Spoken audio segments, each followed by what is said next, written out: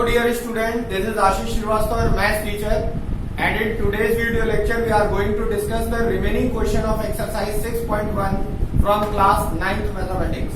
तो बच्चों आज हम एक्सरसाइज 6.1 के जो रिमेनिंग क्वेश्चंस हैं उनको सॉल्व करेंगे। इससे पहले वीडियो लेक्चर में हमने क्वेश्चन नंबर 1 से क्वेश्चन नंबर 3 तक डिस्कस किया है और आज हम क्वेश्चन नंबर 4 डिस्कस करने वाले हैं। तो देखिए बच्चों, क्वेश्चन नंबर 4 क्या है, आपको एनसीईआरटी में क्वेश्चन नंबर 4 पढ़ने के लिए मिल जाएगा। वहां पे ऐसी एक फिगर दी हुई है और इसमें हमें इन्फॉर्म किया गया है कि ये जो AOB है इसको हमको स्ट्रेट लाइन प्रूव करना है, और जबकि ये फिगर दी हुई है और इस फिगर में आपको बता दिया गया है कि ये एंगल x है, ये y है और ये W और ये z। और एक और इंफॉर्मेशन आपको दी जा रही है कि x प्लस वाई का जो सम है वो W प्लस z के इक्वल है। Right everyone. तो देखिए अब हम इस क्वेश्चन को कैसे सॉल्व करने वाले हैं, क्योंकि हमको प्रूव करना है AOB एक स्ट्रेट लाइन है। अब ये कैसे प्रूव किया जाता है कि कोई जो लाइन है वो स्ट्रेट है। तो आप सबको पता है कि अगर एक स्ट्रेट लाइन है तो वो उस पर बनने वाला एंगल एक स्ट्रेट एंगल होगा, यानी 180 डिग्री का। तो अगर हमको AOB को स्ट्रेट लाइन प्रूव करना है तो कहीं ना कहीं अगर हम ये प्रूव कर दें कि AOB एंगल जो है वो 180 डिग्री का एंगल है, अगर हम ये प्रूव कर दें कि angle AOB is an angle of 180 degree angle, then we can show that AOB is a straight line. Right everyone. अगर हम ये प्रूव कर दें कि AOB एक 180 डिग्री का एंगल है तो ये प्रूव हो जाएगा कि AOB एक स्ट्रेट लाइन है। अब वो कैसे प्रूव किया जा सकता है आइए देखते हैं। हमें ऑब्वियसली इतना तो आप सबको पहले से ही पता है कि किसी भी पॉइंट के अराउंड जितने भी एंगल्स बनते हैं उनका सबका सम 360 डिग्री होता है। तो यहाँ पे कहीं ना कहीं हम इस बात को जान रहे हैं कि x plus y plus W plus z, इन चारों एंगल्स का जो सम आएगा बच्चों वो 360 डिग्री होगा। Right everyone. और आप लिख सकते हैं reason sum of all angles made around the point. एक पॉइंट के अराउंड जितने भी एंगल्स हैं उन सबका सम 360 डिग्री होता है। और ऐसा लिखने के बाद अब आपको ये ऑलरेडी बताया गया है कि x plus y W plus z के इक्वल है। तो अगर x plus y W plus z के इक्वल है तो आप W प्लस z को x प्लस वाई से रिप्लेस कर सकते हैं, क्योंकि x प्लस वाई की जगह आप W प्लस z लिख सकते हो या W प्लस z की जगह x प्लस वाई लिख सकते हो। तो आपने W प्लस z की जगह x प्लस वाई लिख लिया। Right everyone.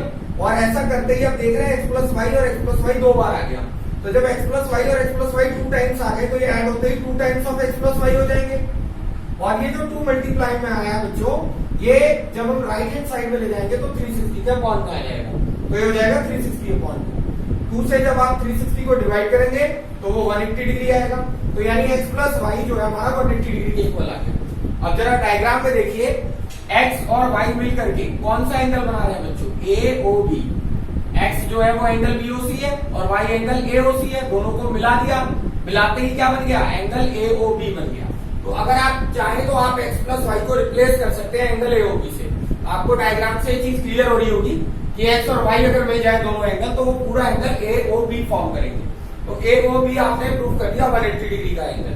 इसका मतलब AOB एक स्ट्रेट लाइन है, क्योंकि मैंने आपको बताया था कि अगर कोई एंगल स्ट्रेट एंगल है तो उसका लॉन्ग जो लाइन है वो स्ट्रेट लाइन है। तो ये था हमारा क्वेश्चन नंबर 4 का सॉल्यूशन। आई होप क्लियर हो गया होगा। बहुत आसान क्वेश्चन है और बहुत ही अच्छा क्वेश्चन है। तो पॉज करके वीडियो इसको नोट करिए, उसके बाद हम नेक्स्ट क्वेश्चन सॉल्व करते हैं। चलिए स्टूडेंट्स, अब हम सॉल्व करते हैं क्वेश्चन नंबर 5 एक्सरसाइज 6.1 का। तो क्वेश्चन नंबर 5 अगर आप बच्चों पढ़ो ध्यान से तो उसमें आपको एक फिगर दी हुई है और इस फिगर में आपको बताया गया है कि POQ एक लाइन है और इस पर एक रे है OR जो परपेंडिकुलर है।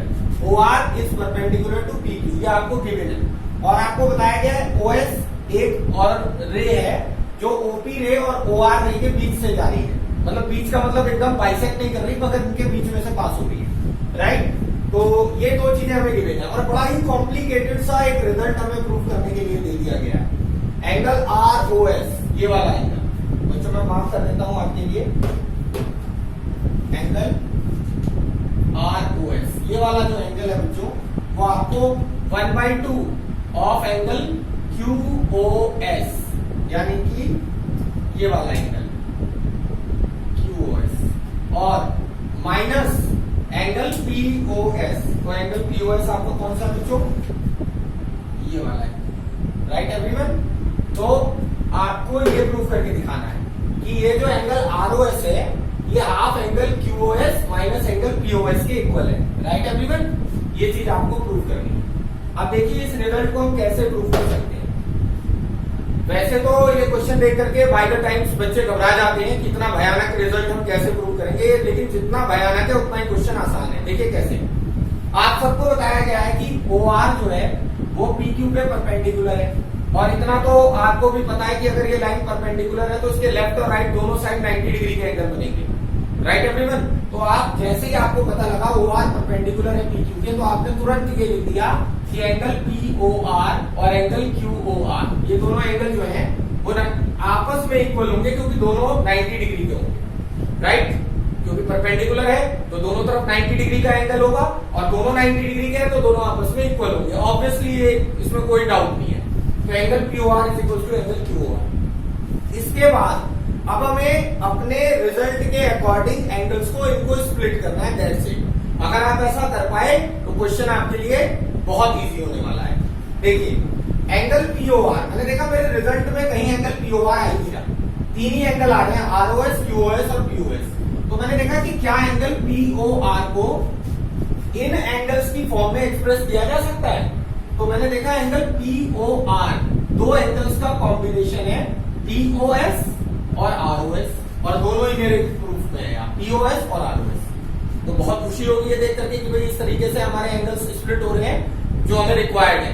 तो मैंने तुरंत क्या काम करा, एंगल POR को स्प्लिट करके POS प्लस ROS लिख दिया, राइट एवरीवन। और ऐसा हम कर सकते हैं, फिगर से आपको समझ में आ रहा होगा। और रही बात QOR की, तो जब हम QOR की तरफ गए तो हमने देखा यहाँ तो बीच में कोई रे नहीं है, तो ये एंगल तो स्प्लिट हो नहीं रहा कि मैं इसे जो है स्प्लिट करके किन्हीं दो एंगल्स का सम लिखूं। तो थोड़ा सा यहाँ पे हमें प्रॉब्लम होगी कि भाई अब क्या करें, लेकिन घबराने की बात नहीं है। एंगल QOR के बीच में से कोई रे नहीं गई है, लेकिन OR खुद एक रे है जो एंगल QOS के बीच में से गई, राइट। और अगर मैं एंगल QOS की बात करूं तो आप एंगल QOS को एंगल ROS और प्लस एंगल QOR लिख सकते हैं, राइट एवरीवन। जैसा कि आपको बताया मैंने, OR एक रे है जो एंगल QOS के बीच में से जा रही है, तो OR इस एंगल को दो पार्ट्स में स्प्लिट कर रही है, एंगल ROS और एंगल QOR। तो आपने एंगल QOS को angle ROS plus angle QOR ऐसा आप लिख सकते हैं, और मुझे नहीं लगता इसमें आपको कोई डाउट होगा। लेकिन हमारे पास जो यहाँ एंगल लिखा हुआ है वो तो QOR है, और वैल्यू हम QOS की निकाल रहे हैं, तो इससे तो काम बनेगा नहीं। हमें किसकी वैल्यू चाहिए, QOR की चाहिए। तो QOR आप बच्चों यहां से देखो जरा, अगर मैं ROS को राइट से लेफ्ट में भेज दूं तो यहाँ पे angle QOS minus angle ROS हो जाएगा। उधर प्लस था तो इधर आके माइनस हो गया, और उधर क्या बचा, एंगल QOR, राइट एवरीवन। तो आप सबको पता है कि एंगल QOR को angle QOS minus angle ROS लिखा जा सकता है, राइट एवरीवन। और नॉर्मली अगर मैं आपसे कहता, इतनी सारी झंझट वाली बातें ना समझते हुए नॉर्मल सा है, मैं आपको ये कहता बच्चों ये एंगल 90 डिग्री का है, और मैं आपसे कहता बच्चों कि ये एंगल जो है ये पूरा एंगल 120 डिग्री का है, और इतना 90 है। और मैं आपसे ROS पूछता यार इतना 90 ना बता के मैं तुम्हें ये दे देता, ये वाला एंगल 30 डिग्री है, और ये आपका हो गया O, ये हो गया Q, ये हो गया S, और ये हो गया R। अब मैं आपसे कहता कि बच्चों ये पूरा एंगल QOS तो 120 डिग्री है, और ये वाला एंगल ROS 30 डिग्री है, तो बताओ एंगल QOR कितना होगा। तो आप बिना कुछ प्रॉब्लम क्रिएट किए हुए, बिना कुछ कंफ्यूजन के, आप तुरंत कहते कि सर पूरे इस एंगल में से वाला माइनस कर दीजिए। अगर आपको QOR चाहिए तो आप क्या करते, QOR निकालने के लिए QOS में से एंगल ROS को माइनस कर देते, मतलब 120 माइनस 30, और फटाफट आप आंसर बता देंगे सर 90 आएगा, राइट एवरीवन। और यही काम आपने यहां करा है, बस आपने वैल्यू ही तो नहीं रखी, क्योंकि वैल्यू हमें पता नहीं, लेकिन हमें लॉजिक तो पता है कैसे निकलेगा। Angle QOS minus angle ROS will give us angle QOR, right everyone. तो एंगल QOR जो है वो QOS में से ROS माइनस करके निकाला जा सकता है, और वही हमने करा है यहाँ, QOR को QOS माइनस ROS लिखा है। आई होप इतना एक्सप्लेनेशन क्लियर होगा आपको समझने के लिए, मैंने दोनों तरीके से समझा दिया है। डायरेक्ट भी और इस तरीके से स्टेप बाय स्टेप भी, राइट। तो आई होप ये क्लियर हो गया होगा आपको। तो यहां से अब हम इसे रब कर देते हैं और हमने यहाँ पे एंगल QOR को QoS माइनस ROS लिख दिया। देख सकते हैं ना, QOR एंगल चाहिए था, तो QoS में से एंगल ROS माइनस करेंगे तो मिलेगा। तो QOR को हमने QoS माइनस ROS लिख दिया और इसे हम पहले ही स्प्लिट कर चुके हैं। अब आगे क्या करना है बच्चों, अब हमें क्या काम करना है, ये जो माइनस का ROS है ये इधर लेफ्ट राइट से लेफ्ट में आएगा तो प्लस हो जाएगा। तो ये ROS पहले से ही था और ये माइनस का ROS इधर आके प्लस हो गया। और ये जो POS था इसको हमने राइट हैंड साइड में भेज दिया। तो QoS तो पहले से ही था और ये POS उधर जाके माइनस का हो गया। शफलिंग करिए हमने इधर उधर, राइट। ROS इधर आके नेगेटिव से पॉजिटिव हो गया और QoS उधर जाके पॉजिटिव से नेगेटिव हो गया। अब ये ROS और ROS ऐड होकर के two times of angle ROS और ये एज इट इज रहेगा QoS माइनस POS। और ये जो 2 मल्टीप्लाई में था इसको हमने डिवाइड में भेज दिया राइट हैंड साइड में। तो ये 1/2 बन गया इधर आकर के और QoS माइनस POS के साथ मल्टीप्लाई में आ गया 1/2। तो ये अब इस तरीके से angle ROS 1/2 angle QoS minus angle POS 2। तो आई डोंट थिंक ये बहुत ही कॉम्प्लिकेटेड प्रोसेस है। बस एंगल की स्प्लिटिंग यहाँ जो करी है हमने ये आपको क्लियर होनी चाहिए और ये मैंने पूरी कोशिश करी है आपको एक्सप्लेन करने की। आई होप आपको क्लियर भी हो गई होगी।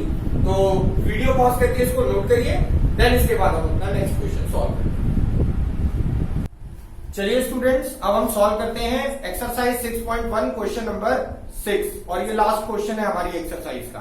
तो देखिए क्वेश्चन क्या है। क्वेश्चन में हमें फिगर तो नहीं दी हुई है मगर ये बताया गया है कि एक एंगल है XYZ 64 डिग्री। तो पहले हमने क्या काम करा, एक एंगल XYZ बना लिया 64 डिग्री। फिर उन्होंने कहा है आगे कि आप इस एंगल की जो XY आर्म है इसको आपको अपोजिट डायरेक्शन में पीछे एक्सटेंड करना है up to a point P। ऐसा कहा है लैंग्वेज में, आप पढ़ लीजिएगा। उन्होंने कहा है extend XY up to a point P in the opposite direction. तो हमने XY को इस अपोजिट डायरेक्शन में, मतलब उल्टी डायरेक्शन में X से Y की तरफ जो है P पॉइंट तक एक्सटेंड किया। और फिर उन्होंने कहा कि जब ऐसा आप एक्सटेंड करोगे तो इधर की तरफ एक एंगल बनेगा ZYP। अब आपको एक YQ रे ड्रॉ करनी है जो इस एंगल को एग्जैक्टली 2 इक्वल पार्ट्स में डिवाइड करती है, यानी बाइसेक्टर ड्रॉ करना है। YQ बाइसेक्टर है एक तरीके से, किसका, एंगल ZYP का।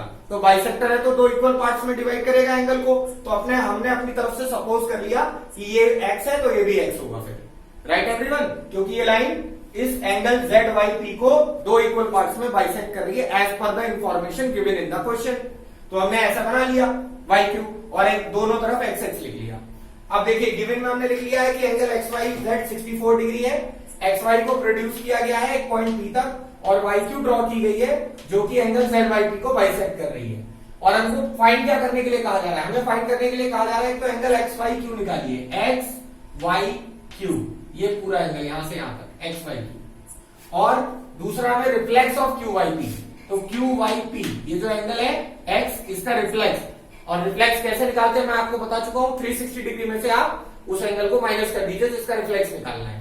तो यहाँ पे क्योंकि QYZ का रिफ्लेक्स निकालना है तो आप 360 माइनस एंगल QYP,